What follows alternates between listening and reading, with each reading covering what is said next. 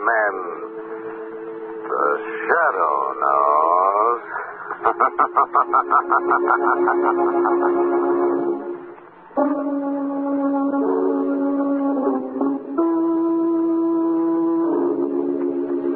The shadow who aids the forces of law and order is in reality Lamont Cranston, wealthy young man about town. Years ago in the Orient, Cranston learned a strange and mysterious secret, the hypnotic power to cloud men's minds so they cannot see him.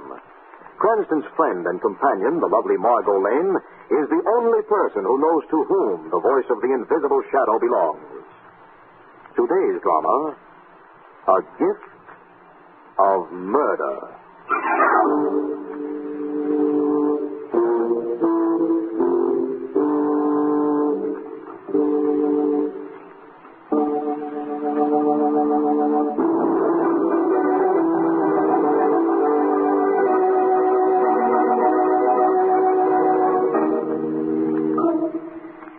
It is an evening in late December. A fine flurry of snow is just beginning to fall from the darkening sky as a smartly dressed young woman knocks on the heavy door of Gerald Covington's country estate. Miss Eve. Surprised to see me, Baxter? Delighted to see you, miss, and I know your brother will be overjoyed. Come in, come in. Mr. Gerald was saying only last week that he hoped to get back from Europe in time for the party tonight. Party? Did you say party? Yes, miss. A party here? A little gathering in keeping with this glad season. As I remember Gerald, he considers all seasons equally glum. I know, miss, but this, you see, is in honor of your Aunt Frances. In honor of Aunt Frances? Do you mean to tell me that Gerald is giving a party for Aunt Frances? Indeed, miss. Why, where is he? In the drawing room, trimming the Christmas tree. Trimming the... This I've got to see. Gerald! Eva, what a happy surprise, I can't tell you. A Christmas tree. Yes, I did it all myself. And presents. For your Aunt Frances. Is it so strange, Eva, that I should want our aunt to have a lovely tree? Yes. My dear Aunt Frances is 72 years old. We may not have her with us long. Darling, last year she was 71, which isn't precisely adolescent.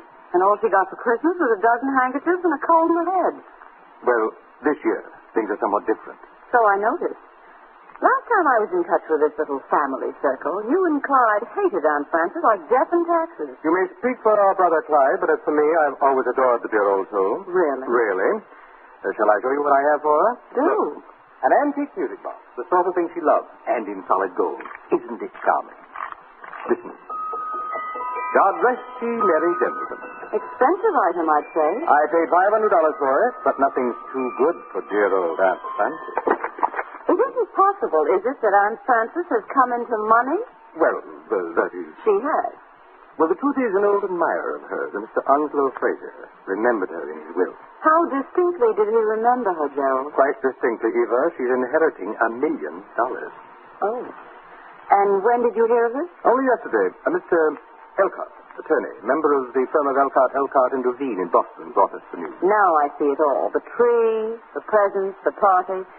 You're competing with Clyde for Aunt Frances's affection. I am only trying to brighten the end of her life. You are only trying to become the chief beneficiary of her will. Nonsense. I'm quite sure I will be a beneficiary, as you will, Eva, though I doubt that Clyde will benefit very much, if at all. Why not? I'll tell you why not. It's amusing, really. Quite amusing. Day before yesterday, before Mr. Elcott appeared, of course, Clyde was unfortunate enough to have written me a certain letter. Letter? A letter, my dear, suggesting that we put Aunt Frances in an old woman's home. No. Yes. I have the fatal bit of correspondence, keeping it carefully.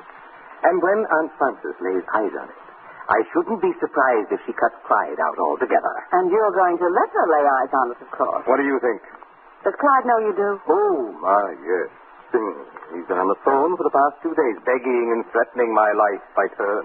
Clyde is not a man to let himself be pushed too far, Gerald. I'll risk his wrath. I must go upstairs and wrap the music box for Aunt Frances. If the guests arrive, you'll greet them for me, won't you? Who's coming? Principally the family. Clyde and our dear aunt. And possibly the lawyer, Mr. Elcott. Anyone else? Just that young couple Aunt Frances is so fond of. Mr. Cranston and Margot Lane. Yes, she likes them. And it's my desire to please her, you know. You bet I know. I'll be down in a moment.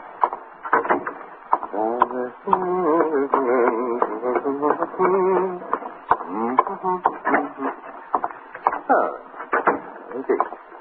This white piece of paper, I think, will be fitting. And the bright red ribbon for the holiday touch. Who's that? Oh, come in. I'll be finished with this wrapping in a moment. There, now, I think this makes a very charming little gift, don't you? I said, don't you? I said...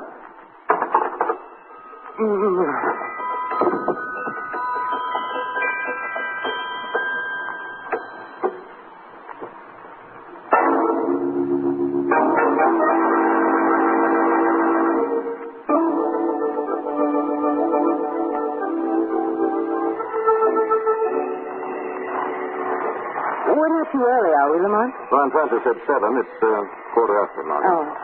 The perfect night for a holiday party. Perfect. Well, in Snowflakes by special arrangement with the weatherman. Just for Aunt Frances' sake. Of course.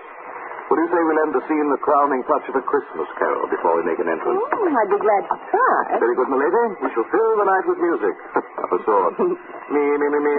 Me, me. God rest ye merry gentlemen, let nothing you dismay. What was that? Sounds as if something has someone very much dismayed. Lamont. Ring the bell. Baxter. Explain, Mr. Cranston. What's the matter? You ought to have seen a ghost. Not a ghost, sir. A corpse. Mr. Gerald has been murdered.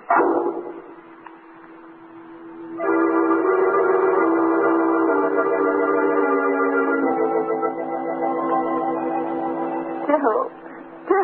When did this happen? Not 5 minutes ago, sir, Mr. Gerald came up here to his study to wrap this music box. And the next thing we knew, the shot was fired. Anyone else in the house beside you and Miss Eva? No. Yes. What? Mr. Clyde was here, miss. He rang the bell just after Mr. Gerald went upstairs. Where did he go? He pushed me aside and followed Mr. Gerald to his study. Look at this in the ashtray. The cigar. It's still warm, too. One of Mr. Clyde's brand. Clyde murdered Gerald. No. He looked angry, but when I tried to stop it, he said he had to see Mr. Gerald on a matter of great urgency. What sort of matter? Something about a letter. A letter? Yes, there was a letter. Gerald told me about it just before he came upstairs. It must have been somewhere in the study, probably the desk. He said he was keeping it to hold over Clyde's head. Yes, here it is. I'm afraid I'm a little baffled. It's only too simple. In this letter, Clyde suggested putting Aunt Frances in an old woman's home. What? But Aunt Frances just inherited a fortune. This letter was written day before yesterday. It wasn't until the next day that Mr. Elcott appeared with the news about Onslow Fraser's will. But it's perfectly obvious what happened, isn't it? Mr. Clyde killed Mr. Gerald to get the letter back. But if he did, why didn't he take the letter with him? It's probably because you two came running too quickly. Yes. And not having gotten the letter, don't you think Clyde may still be somewhere in this house, waiting his chance? If he is, I suggest Baxter be very careful. Why, sir? Because you know too much, and he knows you do. You think He just killed one man, hasn't he? Listen. Someone moving about downstairs. Clyde, what are you going to do, Lamont? Don't worry, darling. Who's down there? Who is it? Answer me or I'll shoot. You wouldn't shoot a defenseless old woman, would you? And so near Christmas Eve. Aunt Frances. Thank heavens. Lamont, let's go down before she comes up and sees Gerald. You go ahead, darling. I'll join you in a moment. Hello, Aunt Frances. Margot and Eva, dear little Eva, when did you get back, child? Just today, Aunt Frances.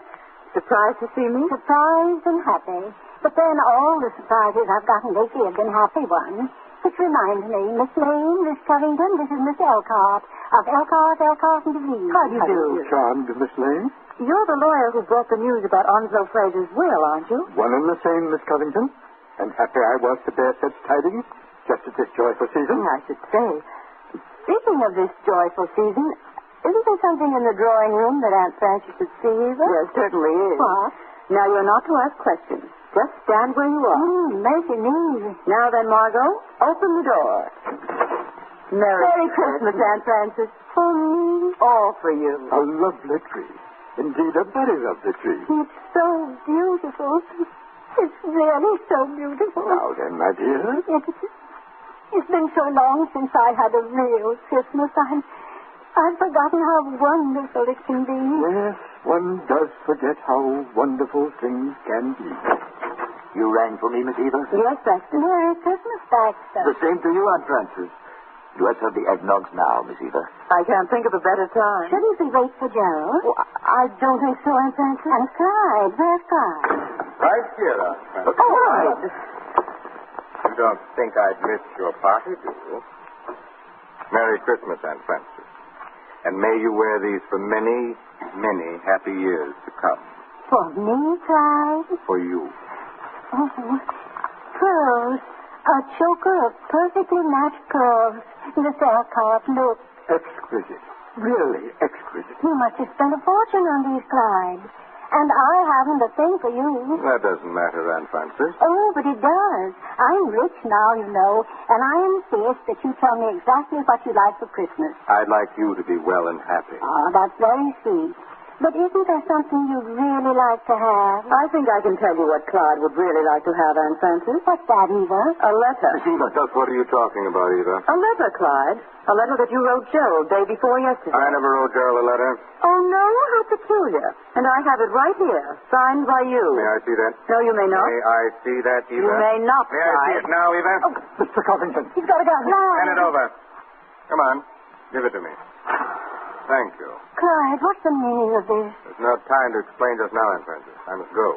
However, I beg you not to believe any of the poisonous lies these people may tell you about me behind my back. I want you to know that I do wish you the very merriest... Drop that phone. Don't throw on me. Drop it. Drop it.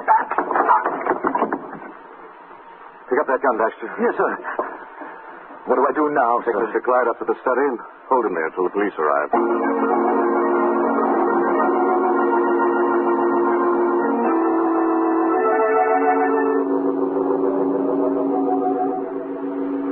Yes, that's right. There's been a murder, and we're holding the culprit under guard. Yes, I suggest you get here as fast as you can. Are the police coming, Mr. Cranston? Immediately, Mr. Elcott. I'm sorry I had to spoil your Christmas party like this, Aunt Frances. Oh, Lamont, my dear, you had no choice. Aunt Frances, Yes, my dear? we found this upstairs. Little remembrance that Gerald bought for you. Oh, music, Bob. And a very lovely one. Listen. Oh, how charming.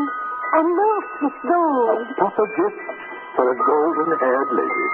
What did you say, Mr. Elcott? Why, Mr. Johnson! Come on. That came from the back of the house. Clyde. He's killed Baxter. Come on, Margot. Baxter! Baxter! Baxter. I'm all right, Miss Lane. Oh. Though I can't say as much for my prisoner. Clyde. He tried to escape, sir. So I was forced to shoot. Tried to escape? How could he try to escape with you standing over him with a gun? I don't know, sir. But he did. And since the two of us were all alone here, I'm afraid, Mr. Cranston, you will just have to take my word for it.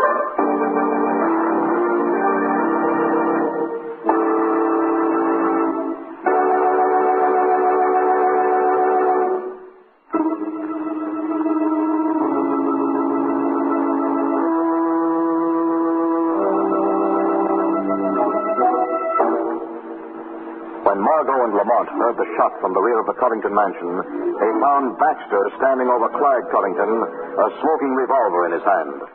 A few moments later, in the massive entrance foyer. He killed Clyde deliberately, Lamont.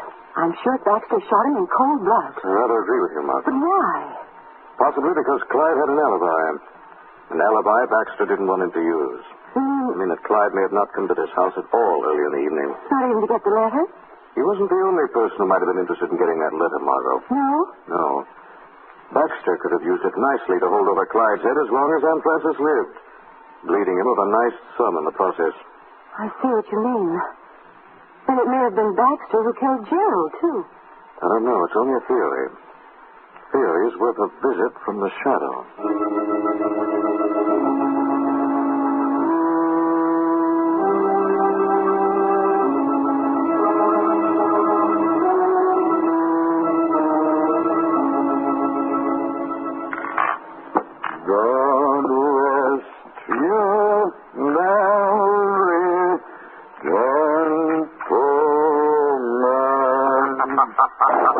What was that? Who's that laughing? That's Clyde. Clyde. Clyde? Clyde? Clyde? Clyde? Clyde? Clyde? Clyde? Clyde? Clyde? Clyde? Clyde? Clyde? Clyde? Clyde? Clyde? Clyde? Clyde? Who's in this pantry? It is I, Baxter. Who spoke? There's nobody here. Oh, yes, there is, Baxter. The shadow is here.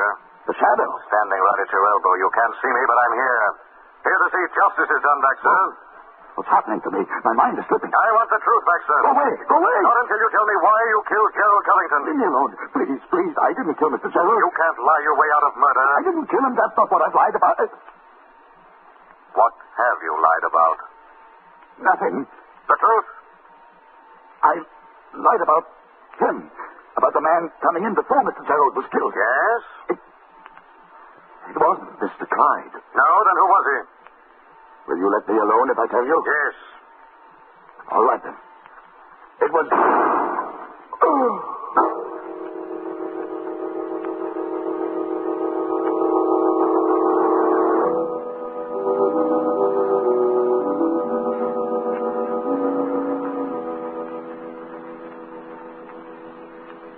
Lamont, is Baxter going to be all right? Yes, the bullet grazed his skull. He's unconscious, but he'll live. I left him in the library. This case is getting more confusing every minute. Yes, isn't it? Take Mr. Elcott, for instance. I don't understand his position in this little mystery at all. Well, what do you mean? You remember what he said when I gave Aunt Frances the little gold music box? Yes, he said a proper gift for a golden-haired lady. Exactly. And how does he know Aunt Frances had golden hair? Her hair's been snow white for the past 20 years. An interesting question. And very confusing. It's all confusing. Margot, Yes? whose overcoat is this hanging in the hall tree? Well, I don't know. If it isn't yours, it must be Mr. Elcott's. Elcott. Why?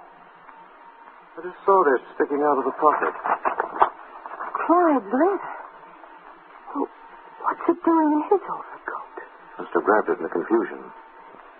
You know, it's just possible that our dignified old friend also saw the value in holding it over Clyde's head. Of course. After all, what do we really know about it? Not much. We're going to find out. Operator. I want to make a long-distance call to Boston, Massachusetts. To what number, please? Oh, I don't know the number. It's the law firm of Elcott, and Juvine. Juvine. Yes, sir. I will place the call and ring you back. And make it fast, please. Yes, sir. What do you really think? Time has come to stop thinking, Margot.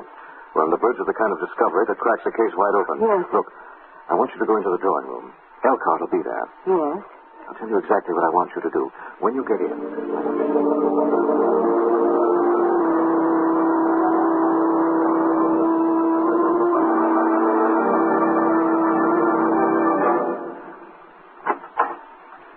Come in, Miss Lane. Where's Aunt Frances? Lying down upstairs. She's had more excitement than she can very well stand. Sit down, Miss Lane. Thank you. Miss Eva and I were just saying that this case is becoming quite perplexing. It is indeed. This attack on Baxter is the most puzzling thing of all. Now that Clyde is dead, who could have done it? I don't know, but there's certainly no doubt that Clyde's guilty of Gerald's murder. Baxter saw him run up to Gerald's study just before Gerald was killed. I'm afraid that's not true, Mr. Elcott. Baxter admitted he was lying about that just before he was wounded. Is that so? But there's that cigar, the one that Miss Eva saw in the ashtray. Didn't that belong to Clyde? Yes, Mr. Elcott, it did. It even had his initials on the band. Do you really think Clyde would have been foolish enough to leave a piece of evidence like that behind, Mr. Elcott? Well, what are you suggesting, Miss Lane? I'm suggesting that with Clyde out of the way, the margin of guilt is narrowed down pretty closely, Mr. Elcott. To me, Miss Lane? Yes. But To you. I've been with Aunt Frances all afternoon. I was with her at the moment when Mr. Gerald was murdered. Can you prove that? Of course I can. Aunt Frances is right upstairs. You have my permission to ask her. Then it wasn't you? Obviously not. And obviously, Miss Lane, you can now draw the logical conclusion. Yes. I'm afraid we can. Before you do, put up your hand. Eva! Put that gun away. I'm sorry, Mr. Elcott. I'm really quite sorry that you two, who aren't members of this greedy little family, had to stumble on the truth. Do you think you'll get away with this? I can try. There's a very slim chance that you'll succeed. For $1 million, I'll take a very slim chance. The telephone. Sit right where you are. I'll answer it. Hello? Someone had just put in a call to the law firm in Boston, Massachusetts. Yes? We checked very carefully, miss. There's no such firm listed. What? There is no firm of Elkhart, and Dubin. What's the matter? Who are you, Elkhart?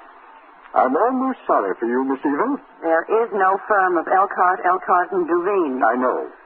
And there's no $1 million. What? But you came here about Onslow Fraser's will. And Onslow Fraser never made a will. In fact, Onslow Fraser isn't even dead. What? Although just at this moment he almost wishes he were. Then you... Yes, I'm Fraser. Oh, I think I begin to see. I fell in love with Anne Francis years ago, when she was as young as you are tonight, Miss Lane. And I never fell out of love with her. Why did you have to pretend to us that she was inheriting $1 million? Why? Because I knew how dismally you and Clyde and Gerald had treated her. I had no money to help her with myself. And then the idea came to me, I could make it appear that she'd become an heiress. And then depend on your greed and deceit to provide her with at least one really Merry Christmas. A very sweet idea, but... But a very dismal failure, I'm afraid. I'm afraid so, too. I'm afraid there'll still have to be 2 more murders before the party's over. Eva! There may not be $1 million, but I still have my life to think of. Don't you realize the police are on their way? But they're not here yet, and I have a gun, and the door is open. What was that? Who closed that door? I did, Eva. The door is no longer open. Who are you? I am the Shadow. What are you doing here? I've come to accuse Eva Covington of the murder of her brother Gerald. It's a lie. A lie. You can't prove it. I can prove you contrived a neat little plot to murder Gerald and convince the world that Clyde had murdered him for an incriminating letter. No. You took Baxter in on your plan, promising him a part of the $1 million you hoped to get. That's why Baxter killed Clyde when he realized he could easily alibi his way out of the charge. How do you know all this? The Shadow knows. When I confronted Baxter, who was about to get the truth out of him, it was you who shot him to save your own skin. And I still have a skin to save. Either you open that door or I pull this trigger. Don't be a fool. I warned you. Let him. Drop that gun. Drop it. Drop it. Let me go! Let me go! As you please, Miss Eva. She's going out of the window. Yes, Mr. Elkhart. Straight into the arms of the police.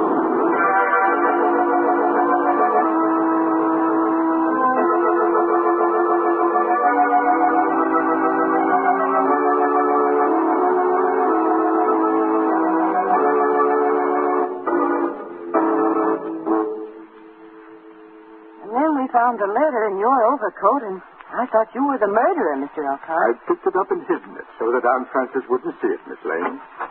Here she comes. Frances, Yes? I want you to know how sorry I am. Sorry? Why? I've made a tragic mistake. The gift of Christmas that I tried to give you turned out to be a gift of murder. Not really, Ansel. But Clyde and Gerald are dead. It was their own greed and ruthlessness that brought about their death. And besides, the world's better off without either of them. Much better. Nevertheless, I'm sorry. You shouldn't be. You've made me very rich. But the $1 million wasn't real, Frances. Oh, it isn't the million that's made me rich. It's your kindness and remembrance and the love of your heart. That's real, isn't it? Yes. Then, Ansel, My dear? must you take that back? Frances, you mean...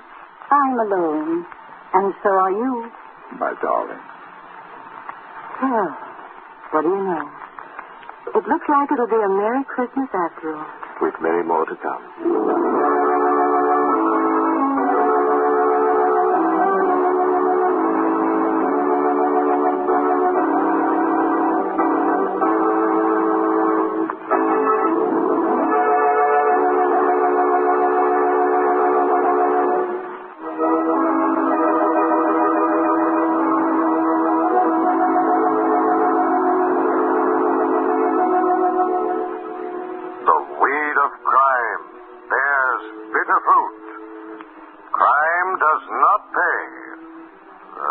Shadow knows.